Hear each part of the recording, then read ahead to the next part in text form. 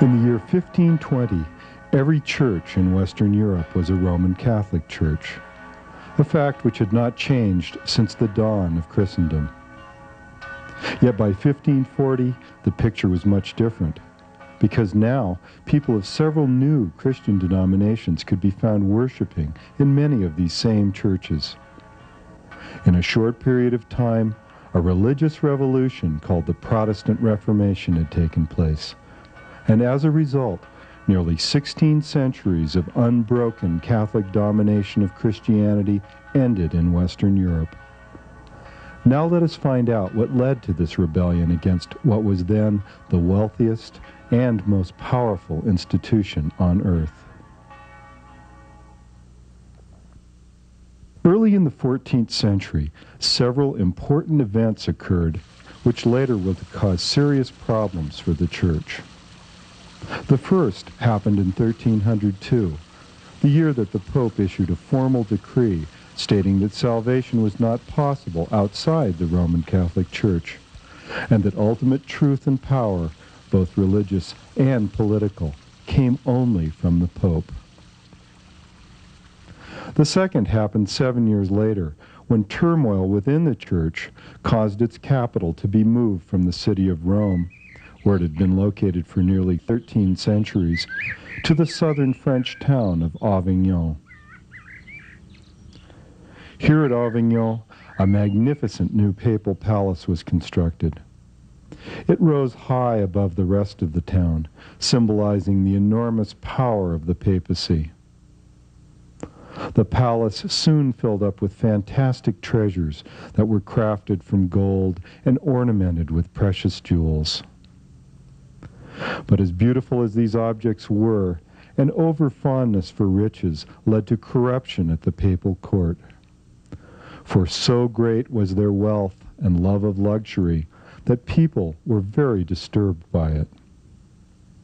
Then, in 1337, as the Pope's palace at Avignon continued to grow in size and splendor, a violent war erupted between France and England, a war that would last for over a century. While just 1 decade later, in 1347, a massive outbreak of the Black Plague brought death to 25 million Europeans in just 4 years' time. To the horrible problems of war and plague, the Church added a third problem of its own, when factions in Rome elected a second pope. So for the next 31 years, popes at Avignon and Rome battled for control of the Church. To make matters even worse, a third man was elected pope, so that from 1409 to 1415, 3 men struggled for power. Eventually the Church resolved this situation, but by now tremendous damage had been done to its prestige. Many ordinary Christians didn't know who to believe anymore. They mistrusted their religious leaders, for in them truth and goodness seemed to have been replaced by arrogance and corruption. To these believers it seemed that the simple teachings of Christ had been abandoned, and that the Church was in desperate need of reform.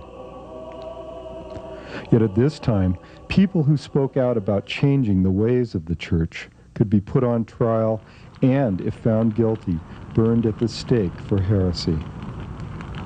That was the fate of early Protestant reformer Johannes Huss in Czechoslovakia, and of a monk named Savonarola, who was publicly executed 500 years ago in the central square of Florence for denouncing the immorality and corruption of the Renaissance popes. But one man, Martin Luther, was able to escape the unfortunate fate of some of these earlier reformers. And because of his strong beliefs, both the religious and political character of Western Europe were changed forever.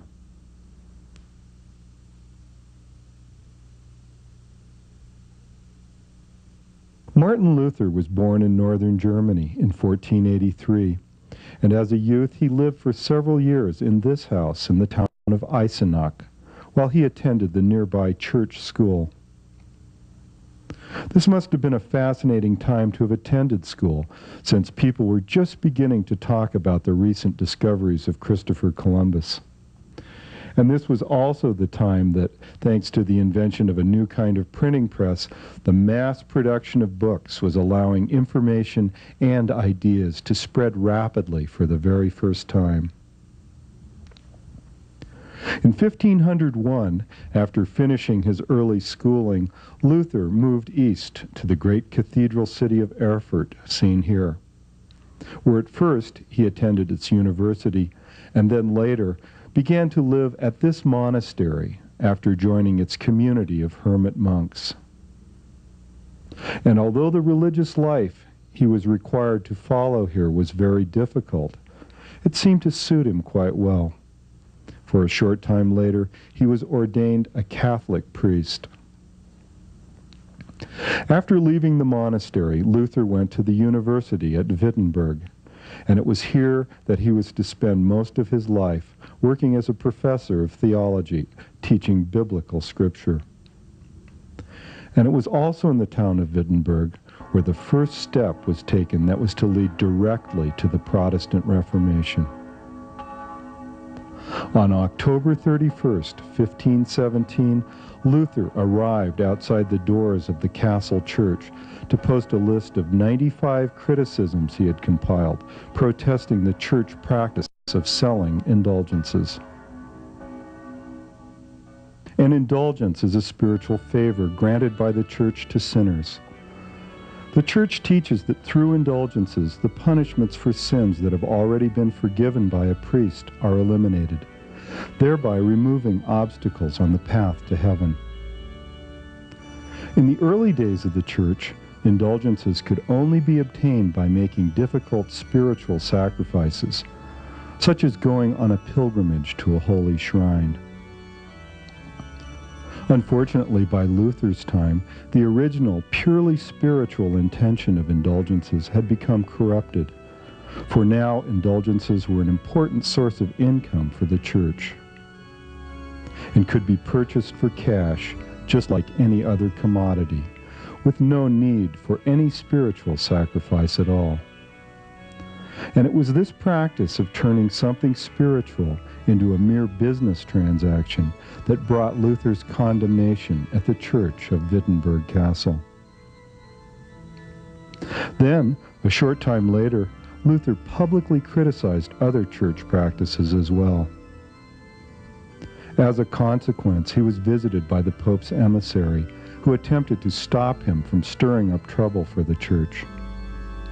But Luther's response was to say that he had no faith in the Pope and trusted in the Bible alone, that he had searched its pages carefully and could find nothing that supported either the sale of indulgences or the Pope's infallibility. And when the Pope sent a letter commanding his obedience, he simply hurled it onto a bonfire. Luther stubbornly refused to yield, and soon published 3 revolutionary books that were critical of the church. And even though their sale was officially forbidden, these writings were openly sold all across Germany. Finally, on January 3rd of 1521, Luther was banished from the church. But his troubles did not end there. The secular ruler of the German states, the Holy Roman Emperor Charles V, sought to punish Luther even further, for the emperor was a strong supporter of the Pope.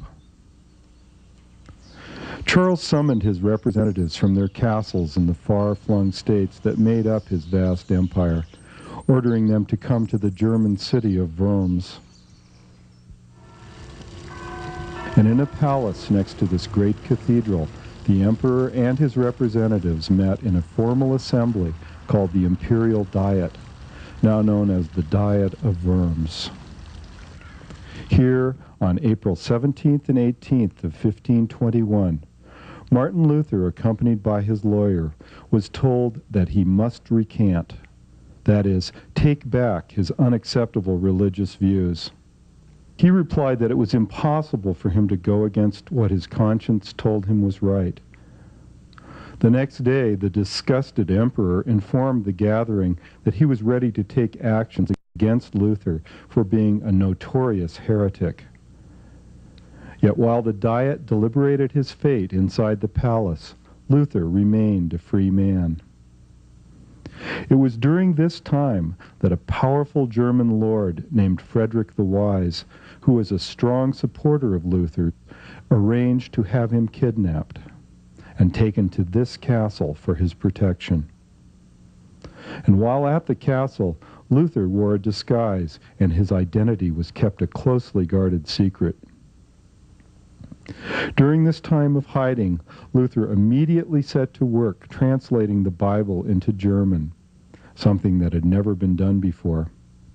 Then, 3 weeks after Luther had disappeared from view, the Edict of Worms, seen here, was posted all across Germany. It told what should be done with the fugitive and his supporters. It commanded the emperor's subjects to crush them, to capture them, and take their properties, unless they had mended their errors and been absolved by the Pope. In Germany, the popular response to the Edict of Worms was to become a great turning point in the history of Western civilization, because most people simply chose to ignore it. And as a result, it was not long before Lutheranism was adopted as the official religion in many of the German states. In certain ways, Lutheranism was a reformulation of old Christian beliefs and practices, freed from papal control. But wherever the new religion was adopted, significant political changes followed. For example, rulers who adopted Lutheranism often used it as a way to enhance their own authority at the expense of the Pope, and to keep more money for themselves instead of having to send it off to Rome. German peasants, feeling a new sense of freedom, used it as an excuse to revolt against their rulers. But in 1525, after Luther refused to support their cause because of the political chaos it was creating, 100,000 peasants died trying to improve their impoverished lives.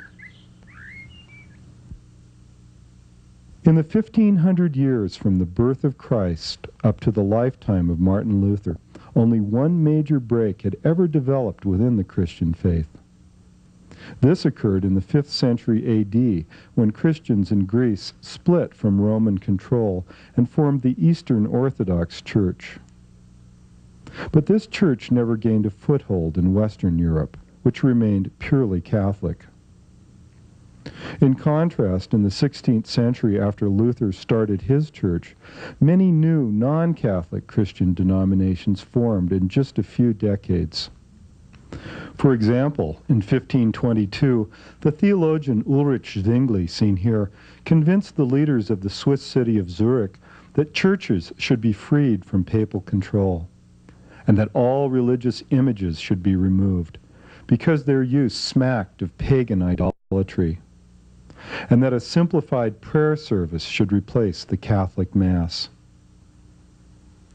A short time later, this French theologian named John Calvin inspired an even larger number of Swiss citizens to join the Protestant movement. Calvin shared many of Luther's beliefs, but he expanded on them by preaching his grim doctrine called predestination. Predestination means that even before the time of birth, God knows whether a person will go to heaven or to hell, and that even if someone leads a life that is free from sin, they might still be doomed. This, Calvin said, was an example of the terrible majesty of God. But even in spite of this fatalistic doctrine, each Calvinist was still expected to lead a moral life, to work hard, and to be thrifty. And by fostering these virtues, capitalism came to flourish in countries where Calvinist ideas took hold. In the Swiss city of Geneva, Calvinists formed a special police force to maintain public morality. Punishments were administered for adultery, swearing, drunkenness, wearing lavish clothing, laughing in church, and for overcharging customers. And the Calvinists continued the old Catholic tradition of burning heretics at the stake, a fate that also awaited anyone found to be practicing witchcraft. The Protestant Reformation in England happened for quite different reasons than it did in Switzerland and Germany. In England, the break with the Church occurred not for theological reasons, but because the king refused to accept a papal decision. The English king, Henry VIII, wanted a new wife, but since Catholicism forbids divorce, Henry had to ask the Pope to grant him an annulment, a decree stating that his existing marriage had never been valid. But the Pope refused, and when word of this reached the royal castle, Henry became so enraged that he decided to abolish papal authority. And in 1534, through the Act of Supremacy, he declared himself to be the supreme head of the Church in England. He divorced his wife and went on to marry 5 more times. It seems likely that Henry also severed his ties to Rome because the Church kept demanding more and more money from him, even though the Catholic monasteries already controlled 1/3 of the arable farmland in his kingdom. Henry desperately wanted control of that land, so in 1536 he decided that all English monasteries should be abolished. He ordered the monks to leave, declared that everything of value now belonged to him, had the roofs taken off the buildings, and let them fall into ruin. And by 1539, every one of England's over 500 monasteries was gone. Thus, through the dissolution of the monasteries, the king increased his wealth enormously. And by handing over some of this property to his aristocratic friends, he was able to greatly strengthen his political support throughout the kingdom. Oddly enough, unlike Luther and Calvin, Henry had no real problem with the basic teachings of the Church. He just hated being subservient to the Pope. Consequently, the services and sacraments of the Church of England differed very little from traditional Catholic practices. It was not until after King Henry's death that more radical religious changes were introduced. These included the adoption of both the Book of Common Prayer and Sacraments and of 42 articles of faith that spelled out the beliefs of the Church of England. In the buildings around this fountain, located in the northern Italian city of Trento, a great council of the Catholic Church met between the years 1545 and 1563 to try to work out a solution to the growing Protestant rebellion. The final decision reached by this council, called the Council of Trent, was that the Church would yield nothing to the religious rebels. Instead, all of the traditional teachings of the Church were upheld. The Council reaffirmed that, in addition to the Bible, the Pope and Church councils are also a valid source of religious truth. That performing good works can help win salvation, which neither Calvin nor Luther believed. That indulgences can reduce a sinner's time in purgatory. That there are 7 holy sacraments, not just the 2 recognized by Luther. That marriage cannot be dissolved. And that men who take the vows of priests must never marry. The Council also acted decisively to reform abuses within the church hierarchy, to reinstate a more active religious role for bishops, and to increase the educational functions of the Church, as well as its role in caring for the sick and poor. War was declared against all Protestant doctrines. The Catholic Church decided to use the full force of its ancient mystical tradition against the Protestant rebels.